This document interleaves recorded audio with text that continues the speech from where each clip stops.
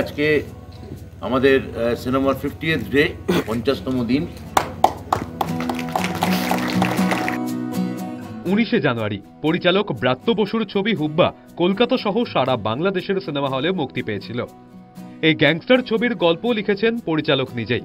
ইতিমধ্যেই হুব্বা ছবি 50 দিনের বেশি সফলভাবে চলছে বক্স অফিসে। সেই সফলতাতেই কেক কেটে উদযাপন হলো রবিবার। সেখানে উপস্থিত হয়েছিল ছবির পরিচালক ব্রাত্য বসু সহ আরো অনেককে। শুধু তাই নয়, হুব্বা ছবির স্পেশাল স্ক্রিনিং এর ব্যবস্থাও করা হয়েছিল এদিন। হুব্বা ছবির মুখ্য চরিত্রে অভিনয় করেছেন বাংলাদেশের জনপ্রিয় অভিনেতা মোশাররফ করিম।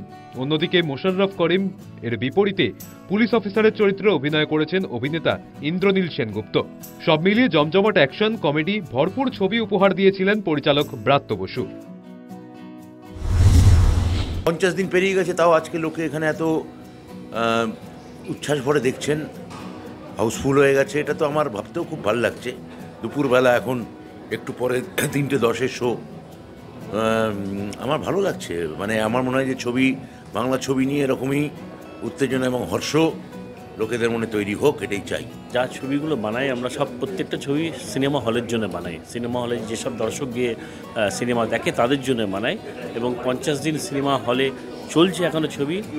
সেই জন্য আমি ধন্যবাদ জানাবো দর্শকদের, এবং ডেফিনেটলি আজকে সিনেমা হলে সিনেমা চললে আমাদেরও মনোবল বাড়ায়, এবং আমরা আশা করব আগামী দিনে আমরা যেভাবে সিনেমা হলের দর্শকের ছবি বানাচ্ছি, ভবিষ্যতে আমরা সেভাবেই বড় পর্দার জন্যই ছবি বানাবো, যাতে লোকে সিনেমা হলে গিয়ে ছবি দেখে।